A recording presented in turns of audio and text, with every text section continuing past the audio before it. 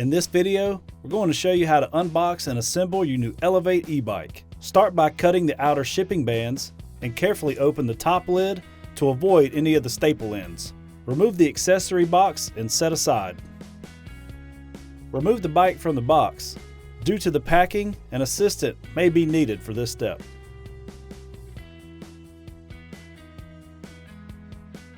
Discard the disc brake shipping cover and using side cuts, remove the zip ties from the front tire and the bike frame. Do not use a razor knife to avoid scratching the paint or puncturing the tire. To remove the front tire from the bike, slide it directly forward to avoid damaging the spokes and the pedal arm. Then remove the front fender from the tire and set both aside.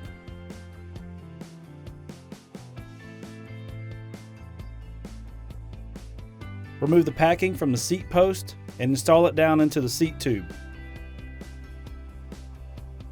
To adjust the seat post clamp, unfasten the clamp, tighten the screw clockwise, and then reattach the clamp arm. We have the seat post set high so that we can place the bike in the bike stand arm. A bike stand is not necessarily needed, but it is helpful for the assembly. Continue to remove all protective packaging, and if possible, avoid using a razor blade.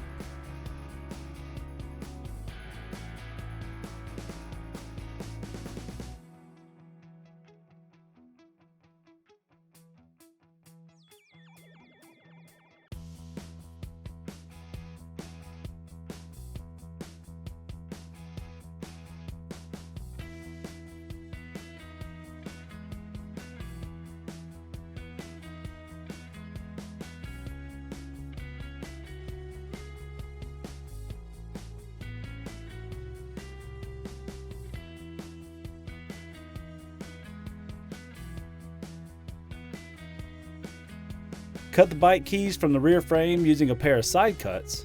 Note that these keys are bike specific and unique to each bike.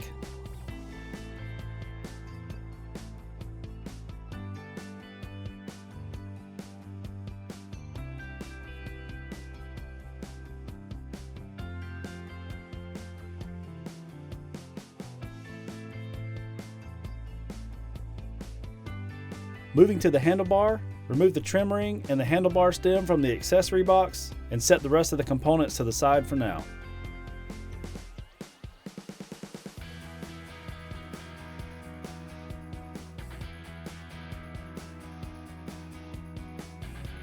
Slide the trim ring onto the handlebar stem as shown and then insert it into the front tube. Temporarily tighten the stem for now with a 6mm Allen socket. We can readjust this later. To install the handlebars, first remove the handlebar clamp bolts with a 6mm Allen socket.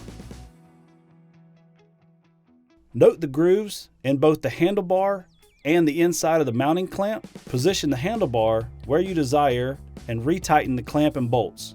We will readjust this later as well.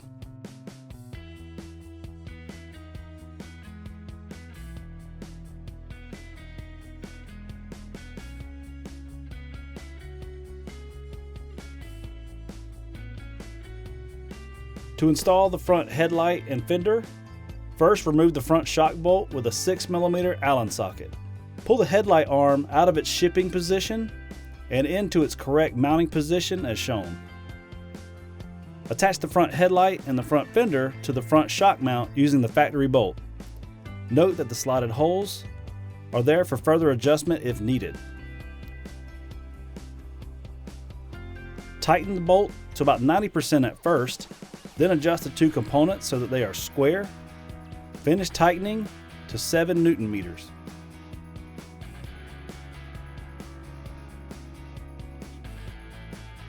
Secure the lower mounting arms of the front fender using the Allen head bolts located at the lower end of the front forks using a 4mm Allen head socket. Tighten these two bolts once both are in place to 6 Nm.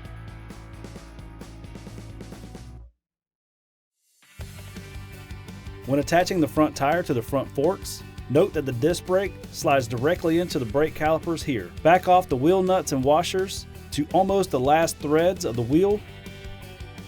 Then slide the wheel into place and tighten using a 15mm wrench to 40 Newton meters.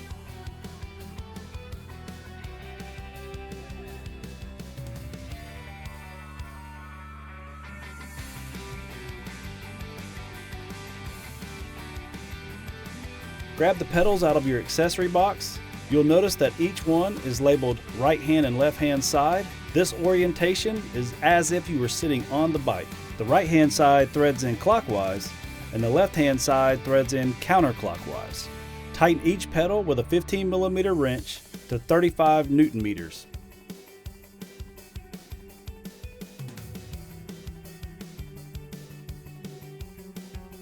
With the front tire and pedals on, sit on your bike and determine your desired handlebar location. Loosen the bolts from the handlebar clamp and pivot the handlebars as needed. Once you're happy with your location, retighten these bolts.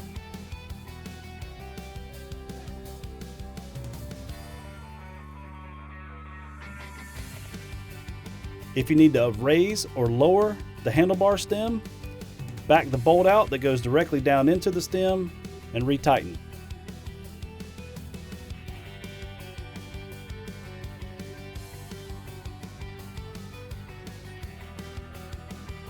If you need to adjust your brake levers or other handlebar components, simply loosen the mounting bolts and rotate them as needed.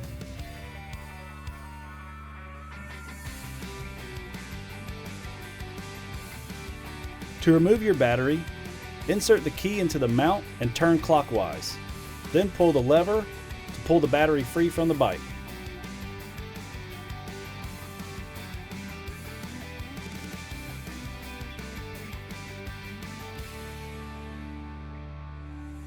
The charge port is located at the bottom of the battery on the left-hand side of the bike.